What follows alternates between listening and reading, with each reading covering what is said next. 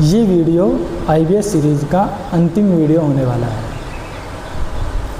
कुछ लोगों के मन में ये सवाल हो सकता है कि अगर हम जो भी सीरीज़ में वीडियो बताए हुए हैं, अगर हम उनको प्रॉपर तरीके से ले रहे हैं, अपना परहेज़ का भी पालन कर रहे हैं, अपने सोने का, खाने पीने का भी ध्यान रख रहे हैं, पर्याप्त मात्रा में पानी पी रहे हैं, सब चीज़ों को हम प्रॉपर फॉलो कर रहे हैं, तो हमें इससे क्या क्या लाभ हो सकता है।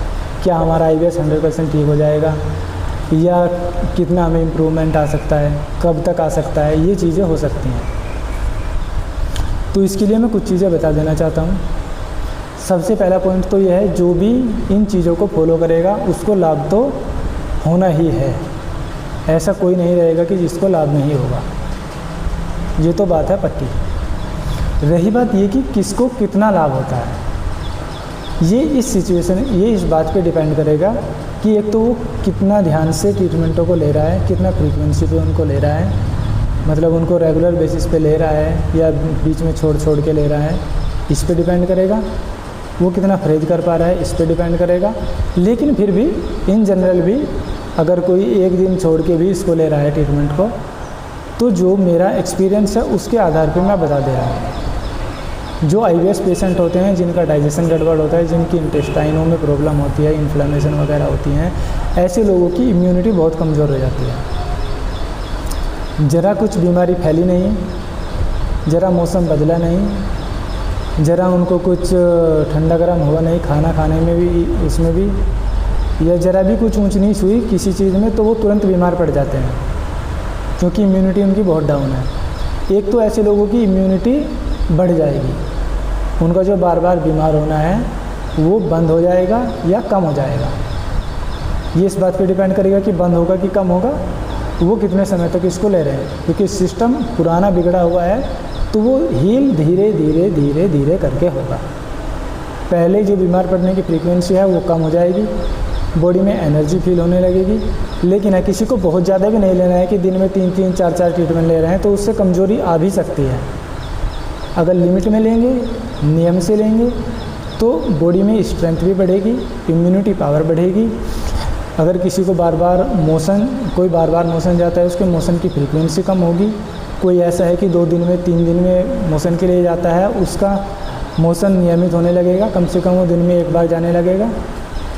या शुरू में ऐसा भी हो सकता है कि 2 बार जाने लगे, जब तक कि सेटल डाउन नहीं होता अपनी बॉडी। और जिन लोगों को ज़्यादा प्रॉब्लम नहीं है, या ऐसा कि जो लोग अपने स्ट्रेस को कंट्रोल में कर सकते हैं। स्ट्रेस कैसे कंट्रोल में होगा, कुछ थेरेपी उसकी बताई हुई है, कुछ उसके लिए प्राणायाम बताया हुआ है, अनुलोम विलोम हो गया, ब्राह्मी हो गया, या ओमकार का नाद करना, जप करना हो गया, वो हो गए। और एक स्ट्रेस पे काम करने वाला एक ट्रीटमेंट बताया हुआ है, वो शायद 2-3 वीडियो पहले होगा कहीं पे, उस वीडियो की लेंथ भी ज़्यादा नहीं है, वो देख लेना। जो नर्व रिलैक्स के लिए है, उसको अगर रोज़ सोने से पहले लेंगे, क्योंकि वो जो नर्व रिलैक्सेशन के लिए ट्रीटमेंट है वो डेली का लेना है। क्योंकि स्ट्रेस पे हमें डेली काम करना है, नाभि सेटिंग पे हमें डेली काम करना है, और पाचन पे भी हमें डेली काम करना है। तो थोड़ा थोड़ा हम उसको लेते रहेंगे। कुछ ट्रीटमेंट सुबह ले लिया, कुछ अपना शाम को ले लिया। तो इस तरीके से एक तो जिन लोगों को थोड़ा डिप्रेशन भी है वो भी उनका कम हो जाएगा। और कुछ लोग ऐसे भी होते हैं कि इतना बीमार होते हैं, अपनी बीमारी से इतना परेशान हो चुके हैं, दवाई खा के इतना थक चुके होते हैं, सब तरह की दवाई करा चुके हैं, सब कुछ करा लिया, लेकिन ठीक नहीं हो पा रहे हैं। अब वो इतना टूट चुके होते हैं कि उनमें सुसाइडल थॉट आने लगते हैं कि इससे तो अच्छा मर ही जाए। ऐसे लोगों के ये जो थॉट हैं ये ख़त्म हो जाएंगे, क्योंकि इस सिस्टम में सुधार आएगा, तो धीरे धीरे करके ये थॉट अपने आप जाने लगते हैं। और इसकी थेरेपी की एक जो बहुत इम्पोर्टेंट बात है, हालांकि बहुत लोग इसको समझ नहीं पाते, वो क्या है कि अगर आप किसी भी चीज़ की दवाई ले रहे हैं और वो आपको असर नहीं कर रही, मान के चलो कि आज को आपको फीवर हो गया, क्योंकि इम्यूनिटी कमज़ोर है, और आज वो फीवर आपका 5 दिन दवाई लेने के बाद या 4 दिन दवाई लेने के बाद जाता है, क्योंकि जो अपने का सिस्टम है वो उसको प्रॉपर तरीके से एक्सेप्ट नहीं कर पा रहा है, क्योंकि उसकी खुद ही क्षमता डाउन हो चुकी है। तो क्या ही वो दवाइयों को भी एक्सेप्ट करेगा, क्या ही उनका जो पॉजिटिव रिएक्शन देना है, पॉजिटिव फीडबैक देना है शरीर में, वो क्या ही दे पाएगा। तो अगर आप ये ट्रीटमेंट लेते रहते हैं, आपको अगर कोई और प्रॉब्लम हो रही है, उसके लिए आप दवाई ले रहे हैं, तो दवाई का जो असर है वो कई गुना बढ़ जाएगा। जो असर आपको 4-4, 5-5 दिन या 4-4, 5-5 खुराक लेने के बाद आराम आता था, वो आप एक भी खुराक लेंगे दवाई की तो वो उतना इफेक्ट करेगी जितना कि 4-5 दवाइयाँ 4-5 खुराक करती थी दवाइयों का काम। ऐसा क्यों होता है? क्योंकि तो अपना सिस्टम अप टू डेट हो रहा है, और जो भी हम चीज़ें ले रहे हैं, खाना खा रहे हैं, तो वो प्रॉपर तरीके से अवशोषित होकर शरीर को लगेगा। दवाइयाँ ले रहे हैं तो वो अपना काम करेंगी जो कि उनको करना चाहिए जिस टाइम पे। ऐसा नहीं है कि आपको 1 to 1 एक के बाद एक उसके बाद दूसरी, उसके बाद तीसरी, तब जाके कहीं आपको दवाई असर कर रही है। दवाइयाँ भी कम दवाई लेने पर ही असर कर जाएंगी। लेकिन कुछ बात और भी हैं। कुछ पेशेंट मैंने ऐसे देखे हैं, क्योंकि मैं होम विजिट के लिए जाता था। होम विजिट में जो पेशेंट होते हैं वो ज़्यादा ध्यान देते नहीं हैं। सेंटर पे अगर कोई हमारे आता है तो हम उसको बोल सकते हैं कि आप अपना फ़ोन साइड में रख दो। लेकिन जब हम विजिट के लिए अगर जाते हैं किसी के घर, तो कई बार इन चीज़ों पे ध्यान नहीं देते लोग। उनको हम बताते भी हैं, लेकिन इन चीज़ों पे इतना वो ध्यान देते नहीं हैं। आपको बिना मतलब कि जो एक अगर आपको प्रॉब्लम है, उससे आप दिन भर वीडियो सर्च कर रहे हैं और आपको पता है कि आप बरसों से सर्च कर रहे हो, रोज़ इसके लिए शॉर्ट देख रहे हो, वीडियो देख रहे हो, कुछ नहीं हो रहा है। क्योंकि देखने से क्या ही होने वाला है। जब तक आप कोई चीज़ रेगुलर बेसिस पे अप्लाई नहीं करोगे तब तक कुछ नहीं होगा, और वो चीज़ें आपके माइंड को और ज़्यादा डिस्टर्ब करेंगी, स्ट्रेस को बढ़ाएगी, जबकि हमें स्ट्रेस को कम करना है।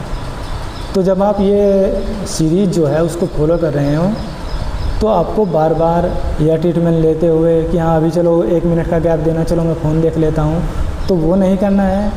फ़ोन को लेके वॉशरूम में नहीं जाना है। जब आप सोने के लिए जाओ तो उस समय उससे कुछ देर पहले ही आपको फ़ोन बंद कर देना है, और 10:30 बजे से पहले सो जाना है। 10:30 बजे से पहले क्यों सो जाना है? गुरुजी बोलते थे हमारे लाजपत राय मेहरा जी, जिन्होंने इस थेरेपी का निर्माण किया है, कि अगर आदमी 10:30 बजे तक सो जाएगा तो 11:30 एक घंटा 2 घंटे के अंदर उसको गहरी नींद में वो चला जाएगा। जो शुरू में नींद आएगी वो कुछ उथली होगी, फिर वो गहरी नींद में चला जाएगा। और जो अपना पीनियल ग्लैंड है, जो कि मास्टर ग्लैंड है पूरी बॉडी का, वो रात्रि के टाइम में ही, आधी रात में ही एक्टिव होता है, और उसको जो काम करना होता है वो थोड़ी देर के लिए अपना काम करता है, और वो सब चीज़ों को अपना संतुलन में लेके आता है। लेकिन जो लोग 12 बजे सोते हैं, 2 बजे सोते हैं, और सुबह 10 बजे तक सोए रहते हैं, तो ऐसे लोगों में ये चीज़ें प्रॉब्लम होती हैं। तो अपना समय से सोएं और समय से जागें। अभी तक जितना मुझे ठीक लगा बताना वो मैं सब बता चुका हूँ। हालांकि IBS से रिलेटेड हमारे पास और भी बहुत से ट्रीटमेंट हैं, लेकिन वो तभी बताए जाएंगे अगर कुछ लोगों का फीडबैक आएगा और क्वेरी आएगी कि हमें कुछ ऐसी भी प्रॉब्लम है। जैसे मैं एग्जांपल के तौर पे एक चीज़ बता देता हूँ। कुछ लोग होते हैं जिन्हें IBS भी है और साथ में क्रोनिक स्किन डिजीज़ भी है, सोराइसिस वगैरह है, फंगल इन्फेक्शन है, और वो उन्हें 10-10 साल से है, 15-15 साल से है, ऐसा है। उन्होंने सब तरह के इलाज करा लिए, थोड़ा बहुत आराम आता है, फिर स्थिति जैस की तस हो जाती है। तो ऐसे लोगों के लिए हमें एक अलग से और भी ट्रीटमेंट देना पड़ता है।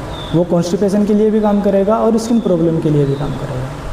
तो ऐसे बहुत से ट्रीटमेंट है जो कि पेशेंट की कंडीशन के आधार पर हमें निर्धारित करने होते हैं।